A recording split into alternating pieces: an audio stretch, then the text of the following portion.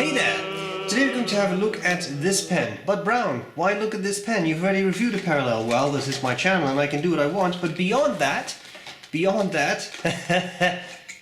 this is not any regular parallel. I'm just removing it from the packaging. This is a pilot parallel that is modified by the Toronto Pen Company, and I thought it would be kind of fun to show you this. So this is called the pilot parallel with the ruling pen modification. You can order it from the Toronto Pen Company website. You can choose between 3.8 or 6mm. This happens to be the 6mm variation, and they cost $35. Now this is a simulation of a ruling pen, which is a very specific type of instrument which you use for very specific purposes, and this is modified for specific types of calligraphy and lettering. I would say that its main purpose is doing lettering, and that is a lot of fun.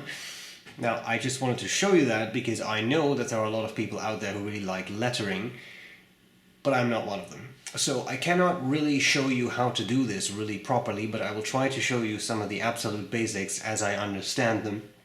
And that's pretty much it. So what's all this about? Well, it's very simple. The nib, if you can call it that on a parallel, is ground into this shape. Usually, pilot parallel nib, I just so happen to have a normal one here that is unmodified. Looks like this. Okay, which is really good for calligraphy, specific types, but this is really a lettering tool. So they have that. Now, I thought that just for this video, because it's a bit simpler than a full-blown review, I have indeed done a actual review of a pilot parallel. So you can always check that out if you want to learn more, but I thought that today we would focus a bit more on why you would purchase this. So when it comes to my likes and dislikes, I kind of wanted to go through them now, and then I'll show you a writing sample, which may be a little longer.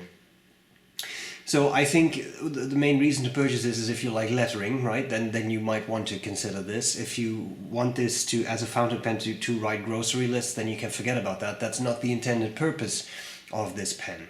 Right? I also think that purchasing it makes sense simply because it's easier than doing it yourself. If you have the tools, you can of course do that. There are other companies that offer this kind of modification as well, but this, as I said, this one's from Toronto Pen Company. And I think it's just, you know, it's easy if you want to play with this to purchase it from someone as opposed to fiddle with it by yourself. It can be eyedroppered if you want. It is also very comfortable.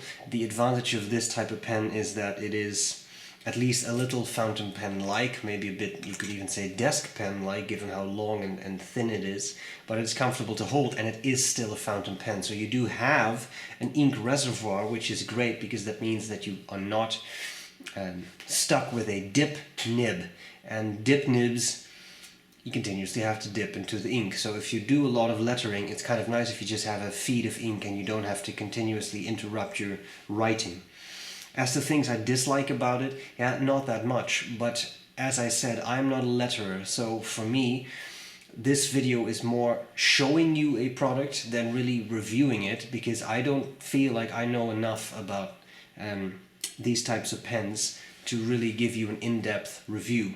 So when the Toronto Pen Company sent me this pen, their intention was to have me share that pen with you, not provide you with an in-depth list of pros and cons in this case. So I want to be very clear that that is the intention of this video, just to show the product, show what you can do with it. Maybe you want to check one out, maybe you don't. That's pretty much all there is to it. Things I don't like about it so much, well, they are more expensive than regular parallels, but of course someone modifies these things by hand. So yeah, you will pay for his services. I think that's perfectly acceptable. That's it. So I can keep talking. I think the best thing in this case to do is really just show you how it works. So that's what we are going to do next. Okay, so what would you do with a parallel with this type of ruling pen modification? Well, this is not a pen to be used for grocery lists, and this is not a pen to be used almost perpendicular to the paper, because you just get a very thin line. The real trick of this pen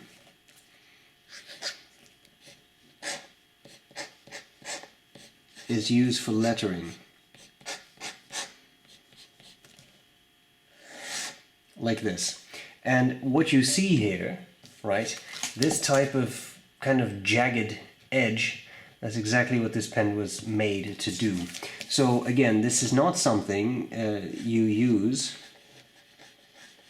for writing in cursive. That's not what this was meant for. But if you use this for print letters, and again, I am not the one to really expertly show you how to do this. You get that very fascinating jagged type of edge like this. And that can be very cool if you do lettering. So in the hands of someone who knows really what they're doing, you can have a lot of fun with this for letter design, etc. And I think that really is its strength. And again, that is not something that I am particularly good at or good at all. But I do see the potential of using something like this and getting this sort of coarse look in the lettering that you're doing. And I think that is really cool. So again, for someone who knows what they're doing with lettering, I think for $35, and that is Canadian, by the way, I think this is a very interesting buy, and definitely something you can have fun with and sort of play around with. And that's pretty much all there's to it. So this was a shorter video. I have tried as well as I can to show off how this kind of stuff works. I hope this was not a complete waste of time, but it is cool for sure. And a very kind thank you to the Toronto Pen Company for sending me one. And I'm glad to see you later. Bye bye.